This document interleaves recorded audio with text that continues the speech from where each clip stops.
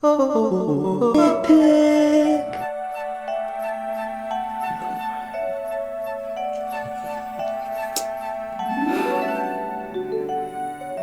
You wanted it? You got it. Remaking the first level of every 2D side-scrolling Mario game ever! If we're gonna do it, we gotta start off right with the 1994 smash hit, Hotel Mario.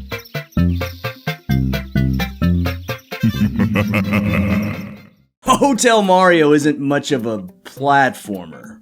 And you gotta help. Your goal is to close all the doors in a stage so random enemy assortments can't pop out of them. Well, enemies don't work this way in normal Mario games, and Mario Maker follows suit. Using a door just leads a player to another area, respawning all creatures that have been previously killed. So my first thought was to have each entrance lead to a separate puzzle room, where players either solved a brain teaser or fought a small group of baddies for a key, which then unlocked the next floor of the hotel. After hours of brainstorming, then finally coming to the conclusion that I'm Too much of a lazy f to put forth that much effort. I settled on having a lightning-fast combat gauntlet with random enemies holding the key for each floor. I still molded the level after the hotel's basic design, and used the jungle theme to simulate there being even more trees that Mario has to take care of afterwards. But let's just say there were a few artistic liberties taken this time around. If you need instructions on how to get through the hotels, check out the enclosed instruction book.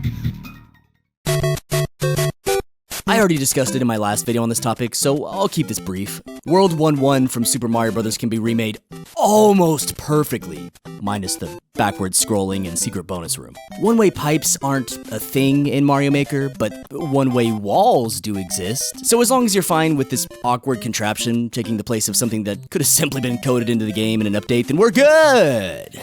I do like the idea of a player that hasn't experienced 1-1 before going down that last warp pipe just to be blocked off and thinking to themselves, Well, this is inconvenient. Super Mario Bros. 2 was the low-effort garbage Nintendo threw out to general audiences in Japan. Thankfully, they had more sense when it came to the US, and we didn't see this blemish until Super Mario All-Stars released. Super Mario Bros. The Lost Levels is essentially an officially licensed collection of light troll levels. You know, the ones you play on Mario Maker that aren't that fun and try to intentionally subvert your expectations of the standard platformer experience with cheap deaths. Yeah. World 1-1 introduces the poison mushroom, which of course I had to use, or else this would just resemble any other Mario 1 course. Only problem is, Nintendo tied the poison shroom to the night theme, instead of simply giving it its own slot in the item lineup. And the night theme is, well, special. But you know what? So is Lost Levels! I was able to perfectly recreate this level, just like the original 1-1. Enemy placements, power-ups, stage elements, it's all here. It's just special. Now this is where things get interesting. Since the US version of Super Mario Bros. 2 wasn't included in the skin selection screen for some odd reason, not many of its unique assets exist in Maker 2. We have the evil mask Phanto, which is nice, but Shy Guys, birds, ninjas, and ladybugs aren't here. Mario 2 also had a unique pickup system, which gave the crew a throwing preference over simply stepping on baddies. Thankfully, Doki Doki Mushroom remedies this problem, and was a great addition to the final update, even if it's completely lost upon being damaged, which can't be modified. Doors also can't be used to access the sublevel either. It has to be pipes. 1-1 of Super Mario Bros. 2 was bound to be altered. See, unlike last time, where I got lazy if the levels got too long or I had to make too many changes, we're going all out this time. Get your streamers and air horns, because it's time to fucking party, bro! So I originally began crafting the opening fall room in the sub area, since it's obviously very tall and the orientation of the main level can't be flipped vertically. Okay. After placing everything in proper position and working on the main area, I came to a realization. World 1-1 is big. Like, Make me feel like a virgin again. big. There's no way this is fitting into one level. We have the main overworld, which is flat and basic, but then a cave system along with another vertical shaft which leads to Birdo. It's nuts. And you might not like me for this, but in the end, I decided to scrap the fall room in favor of another plan. The magic potion. Another interesting mechanic, Mario 2 has special vials players pick up from the ground and plop down to conjure mystical doors which lead to the Dark World. It's pretty much a clone of the normal level, but usually includes power-ups, other goodies, and features limited move space. This being my favorite element of the game, I wanted to honor it by placing pipes in both common areas players receive these, and have separate reward and challenge rooms, which of course mimic the layout of the main area. So my sub-level space ended up getting used to hop between dimensions and grab a key for a quick Phanto chase before part 1 of the level came to a close. Part 2 begins in a cave system players normally enter through the lower level of the overworld. Ladders had to be replaced with vines, which is fine, and since grass on the ground with hidden bombs inside isn't an option here, bob-ombs were placed instead for players skilled enough to access the hidden door on the far right. Those familiar with the layout of 1-1 might also notice this cave is mirrored. Shout out to Mario Maker's weirdly limited start zones not being able to be moved from their initial static left-hand side of the screen position. This really needs to be more flexible in future entries. The rest of Part 2 went pretty well, with various enemies replaced throughout and spots inserted for players to receive the Super Mario 2 mushroom. I added a Koopaling at the end to, sadly, replace Birdo, which Nintendo didn't deem a worthy addition to the final update. Unlike Phanto. Priorities, Nintendo. Priorities. Super Mario Bros. 2 did not make it cleanly through the process. Ladybugs were replaced with winged red Koopas, as we don't have fuzzies to run along vines. Different colored Shy Guys are Goombas and moles. Powell blocks made the cut, but cherries and grass to pull up turnips didn't. Players have little to no cosmetic options for level decoration, so I made waterfalls into a group of hopefully harmless Podoboos in the outside and cave. It's definitely not quite the Mario 2 you remember either, with a few things altered for funsies and to more properly fill out each half of the stage split. Another one I covered last time, Mario 3, like the original game, can almost be perfectly remade, besides a few birth defects like Nintendo forcing stage blocks to be 3x3 and not allowing one-way pipes. But this can again be remedied by the use of one-way walls, and at this point of creation, I didn't give an ass if my levels looked slightly different from the originals if they still play similarly. And that's when we come to Super Mario World. Last time I forewent creating the first stage in favor of the second. This was because purple dinosaurs, sloped semi-solid platforms, and angled cannons couldn't be replicated. Well, I don't care. I mean, what are you gonna do if I just make it anyways? Punish me? Do it. Punish me. Besides the aforementioned issues with this level, most everything turned out well. Dragon coins and 3-up moons aren't a thing either, so those got replaced with big coins and 3 1-up blocks near the top of the stage. Bet you didn't know this area existed, huh? A few tiny concessions, like keeping the slope and shortening the dead space to make the entire level fit into Mario Maker's limited stage constraints, were implemented as well. Oh, and this fat-ass coin looks awkward. That is all. Well, everyone, we've officially made it to the halfway point of the video. I'd like to, settle in, maybe grab a coffee, as we move forward into the portable Mario titles.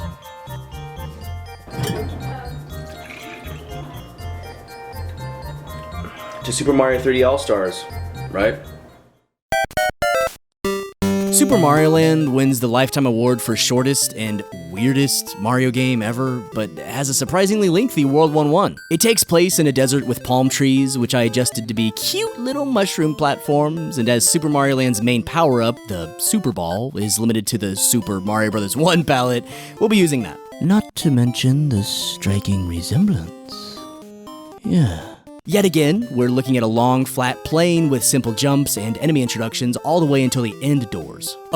Mario Land games have end doors, not flags. We'll have to keep it as flags, sort of how in Mario 2 we couldn't have an eagle on the wall opening its mouth. God, talk about somebody having a trip when this was created. The hovering platforms were still placed in a strategic way, so players could comfortably make that last jump and get their one-up. The rest of the stage itself was made pixel perfect, but it did have to be shortened just a bit to fit into one level. My main gripe is there not being enough enemies to kill after grabbing a star this time around. The jumping winged bugs were, of course, replaced with winged Goombas. Koopas don't explode in any other Mario game, and I could have stacked bob-ombs on top of them to imitate this, but I hated the thought of that visually, so it didn't happen. One-ups are hearts in Mario Land. That's about all that needs to be said about that. The cute Sphinx at the end got replaced with an arrow. That's literally all I had. Sad day. Super Mario Land 2 is apparently the black sheep of the 2D Mario franchise, even though it's a wonderful expansion on its predecessor in every conceivable way. While Super Mario Bros. 2, Mario Land, and even Legend of Zelda get their own game-specific power-ups, the bunny ears they're nowhere to be found. Thankfully, they aren't even available in the first stage, so Nintendo gets a slight pass just for this video. With Mario having the spin jump in Mario Land 2, I used Super Mario World as the palette type, and again, was able to score a perfect recreation, and even though breakable fire flower blocks aren't a thing, it wasn't too much of a crime. The checkpoint bell became a checkpoint flag, the heart was once again corrected to be a 1-up, and the ringable bell, which takes players to an end stage bonus level, got replaced by this wooden bridge that offers a simple way to attain the goal. Enemies are much more standardized here, so that wasn't an issue besides the jumping piranha plants that Mario World has a fetish with. Love this game, and love the way this turned out as well.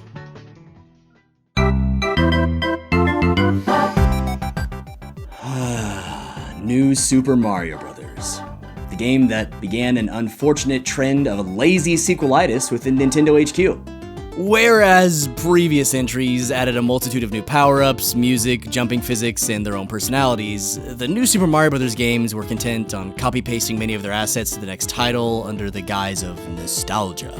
Great games, no doubt, but a bit on the lazy side when it came to truly standing out. The neat thing about NSMB 1-1 is the Mega Mushroom, sitting by its lonesome in this box near the beginning of the course. Once grabbed, Mario becomes the size of a house and tramples everything in sight. And you can't use this power-up in the new Super Mario Bros. Style. Furthermore, it's only available in the original Super Mario Bros. Palette. Does this look anything like this? So I straight up just removed anything from this block but a coin. A stark reminder that even in the games they debuted in, power-up lives don't matter. To Nintendo.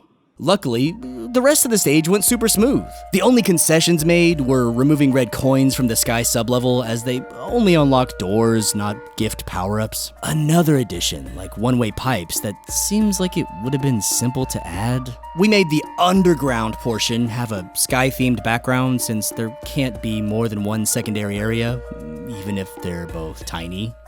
That damn Mega Mushroom, man. I can't. I just can't. Well, here's a fun one. New Super Mario Bros. 2. It's a game all about coins.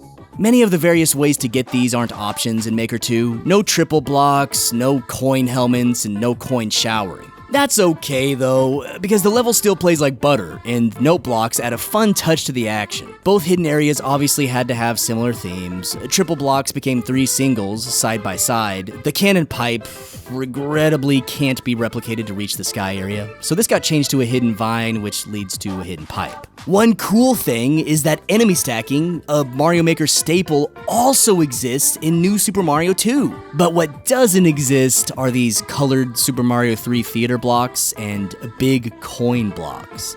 The level still holds up remarkably well with a little tweaking and looks phenomenal, even if a tiny bit of it had to be shaved off to fit within those pesky level length restraints. Of all these entries, this is the one I'm least proud of. I had to shorten level length more than I'd have liked.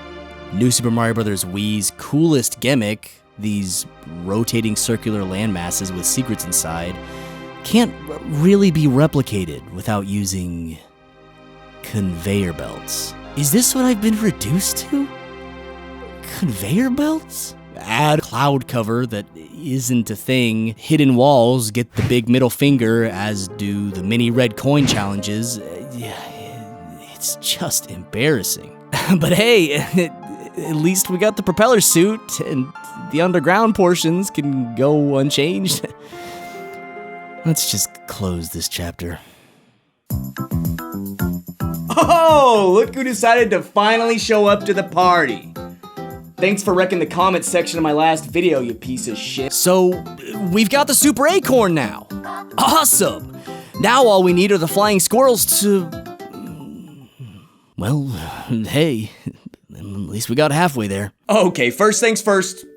Level's too long. Time to cut this puppy in half. Which actually helps, as we can now promote the differing visual styles of each sub-level. Part 1 will have the underground portion, and Part 2 will feature the sky section. I was apparently high when I previously replaced flying squirrels with... Wigglers? Did this guy even give a shit? I've switched these to simple winged Goombas. I also created this awkward multi-platform jumping gauntlet when the reality was I just needed to get over my over-obsessiveness with the level's looks and use hovering platforms.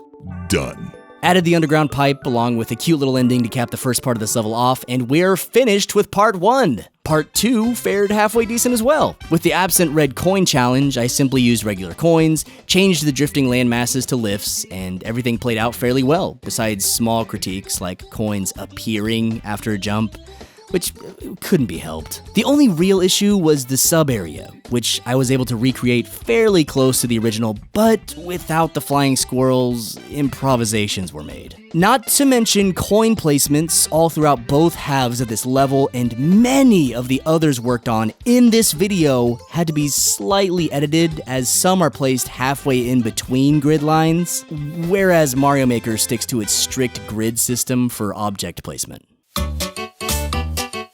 Oh, yeah. I forgot about this one. Mamma mia. New Super Luigi U's 1-1 is about to be butchered. Not only is it visibly going to look way off, as much of the level is covered in semi-solid platforms shifting up and down, but they're also at a slant. I think it's best if I just show you what evil took place here.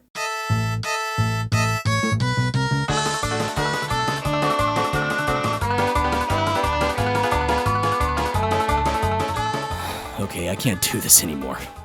Make it stop. Let's be real. Super Mario Maker 2 gives players a powerful creation kit to fool around with, which can be used to create some truly incredible levels. But as I've stated before, it just doesn't feel like there's enough here. I'd love to see more distinct editing options introduced in the future for each separate game style. It seems like Super Mario Bros. 1 gets all the really fun goodies, and that's just because they've already included so much of what's in that game.